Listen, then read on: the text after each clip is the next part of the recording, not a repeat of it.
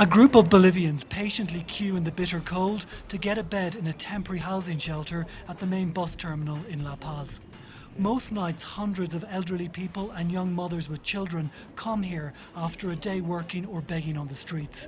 They've left their homes in the once prosperous mining town of Potosi because they can no longer feed their families. They cannot survive in their communities. The land is very dry. They're not producing.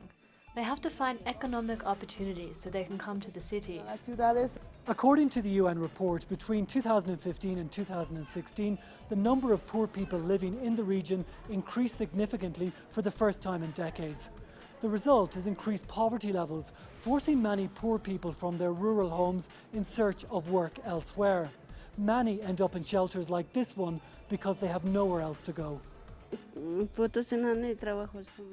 In Potosi, we have no work. There's no opportunities. Finding money there is difficult. I can only grow potatoes and crops for a short period. But what am I going to leave after that? That's why I came here to survive. The UN says 220 million people in Latin America, 38% of the region's population, are now vulnerable, living on less than $10 a day. At this shelter, most of these migrants survive on even less. The people here earn less than 10 bolivanos a day. That's about $1.50 every day to live on.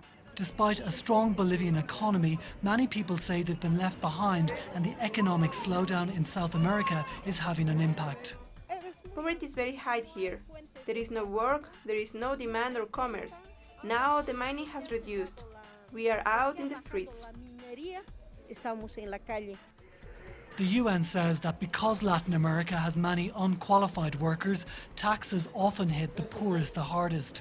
It's urging all Latin American governments to set aside funds to combat poverty and to focus on reducing the gender